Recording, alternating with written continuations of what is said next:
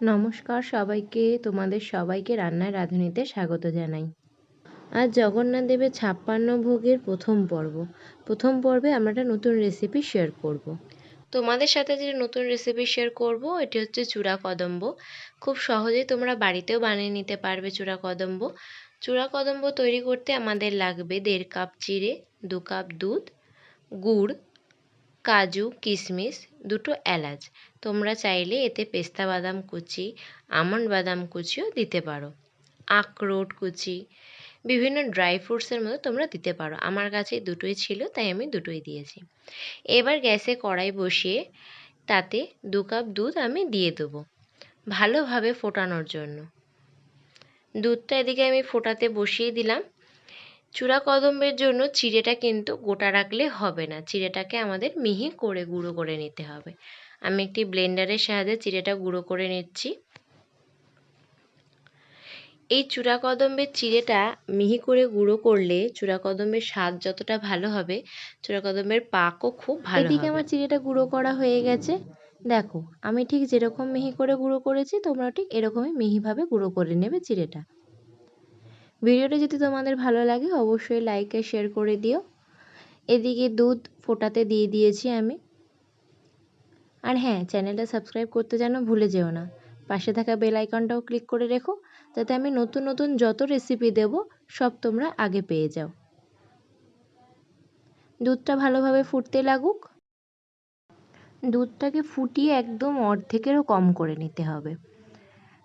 এই চূড়া কদম্বটিকে তোমরা চিড়ের লাড্ডু বা চিড়ের নাড়ু বলতে পারো, কিন্তু পুরীতে চূড়া কদম্বটি চূড়া কদম্ব নামে পরিচিত।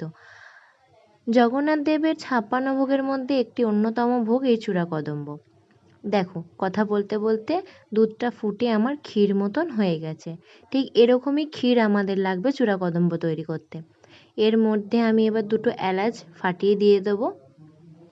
তোমরা চাইলে তোমাদের কাছে যদি এলাচের গুঁড়ো থাকে তাহলে তোমরা এলাচের গুঁড়ো ব্যবহার করতে পারো। এইবার একটু ভালোভাবে নাড়িয়ে চাড়িয়ে নিয়ে গ্যাসের ফ্লেমটা বন্ধ করে দেব, দিয়ে একটি পাত্রে নামিয়ে নেব ঠান্ডা হওয়ার জন্য। আমি একটি পাত্রে এটাকে নামিয়ে রাখলাম, ঠান্ডা হতে লাগুক এটা। অন্যদিকে আরেকটি পাত্র নেব, সেখানে দিয়ে দেব চিড়ের গুঁড়ো,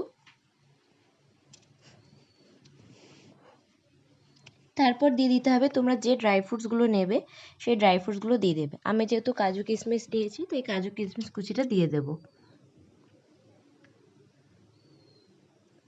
দিয়ে দেব গুড়, আমি এখানে ২ চামচ মতন গুড় দিয়েছি, তোমরা তোমাদের পরিমাণ মতন দেবে।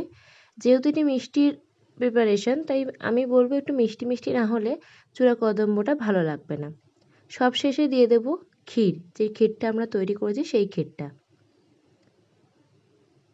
তারপর সব কটা উপকরণ ভালোভাবে মিশিয়ে নিতে হবে, অর্থাৎ ভালোভাবে মাখিয়ে নিতে হবে। আমি সব কটি উপকরণ দিয়ে ভালো করে মাখিয়ে নিচ্ছি। চূড়া কদম্ব কিন্তু কড়াইতে পাক দিতে হয় না, এটি হাত দিয়ে মাখলেই হয়ে যায়। আমার ভালো করে মাখা হয়ে গেছে, এবার এক এক করে নাড়ু তৈরি করে নেব। দেখো, আমি একটা তৈরি করে দেখিয়ে দিচ্ছি। ঠিক এইভাবেই নাড়ুর মতন তৈরি করে নিতে হবে। এরকম করে আমি সব কটি নাড়ু তৈরি করে নেব।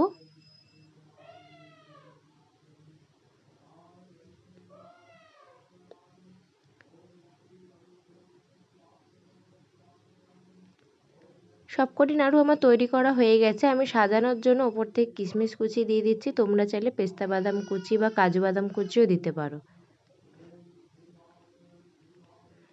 তৈরি হয়ে গেছে জগন্নাথ দেবকে নিবেদন করার জন্য চূড়া কদম্ব। রেসিপিটা তোমাদের কেমন লাগলো অবশ্যই কমেন্ট বক্সে জানাবে। তোমাদের সবাইকে অসংখ্য ধন্যবাদ ভিডিওটি দেখার জন্য। তোমরা সবাই এভাবে পাশে থেকো। দেখা হবে নতুন একটি রেসিপি নিয়ে নতুন একটি ভিডিওতে। সবাই ভালো থেকো।